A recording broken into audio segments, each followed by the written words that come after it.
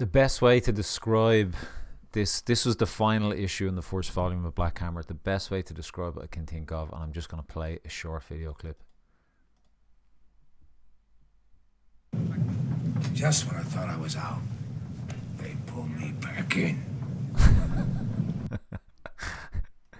I was thinking of maybe never coming back to this series after reading this issue, but you'll see here, so stick with the video, you'll see why. I don't know, they've done some really nice stuff here, and it's a cool universe. Like, I guess I have to recommend this book. There's kind of highs and lows, a few little things that I didn't like about it, but overall it's quite unique, quite different. If you're into superhero stuff, it's definitely worth checking out.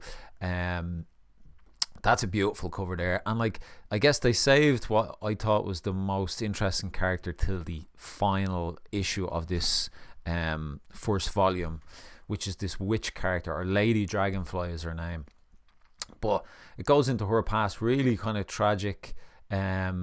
She's tied to this cabin, and I think this is a really cool idea. Essentially, she's tied to this cabin, and the reason why she's tied is she went to visit. Everyone, I guess, had known about this strange creature that lived in this cabin that had magical powers and stuff like that, or could help things. Like, so she turned up with a baby that had died.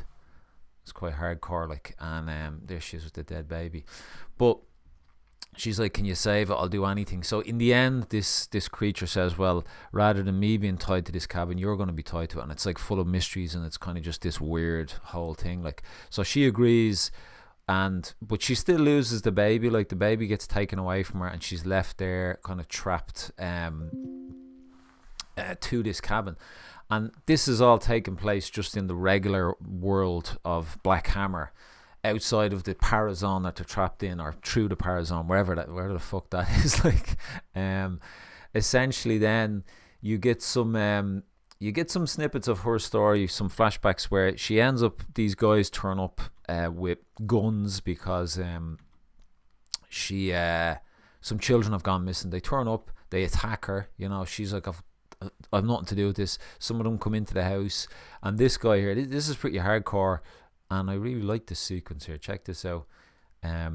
So the first guy's after running in, this guy's outside, and she's like, look, he's gone into the cabin, I can't do anything about it, his fate is in the hands of the cabin. And he starts shooting at her.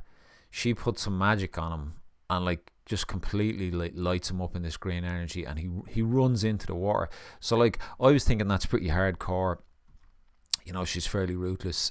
And she's kind of like, I didn't mean to. She doesn't really look too what's the word?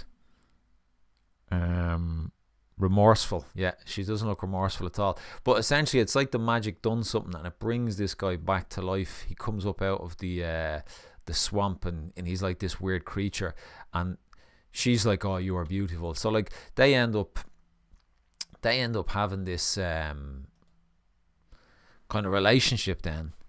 And when the witch character gets pulled into the Parazone part of this Black Hammer story, the cabin gets sucked in with her.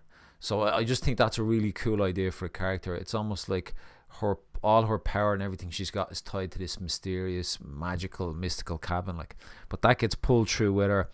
Everything that was left in the real world, like in this cabin, is gone. Like the guy that she shacked up with there, this kind of creature dude. But he ends up getting her pregnant. She has another baby, which seems to have died. Like, so she's kind of full of a tragic.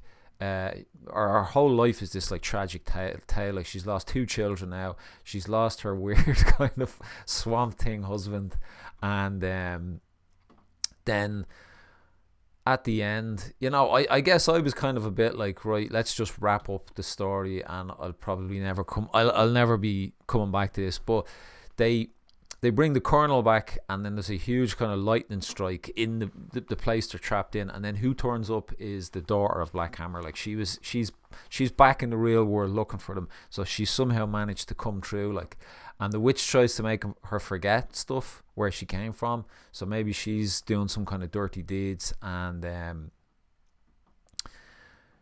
yeah, she can't remember who she is, and the witch is like, it's all right, you're home. What's it, Lucy, you're home. So I think the witch is, maybe the witch is part of why they're there. This is what it appears to be like. And then you get your end of part one.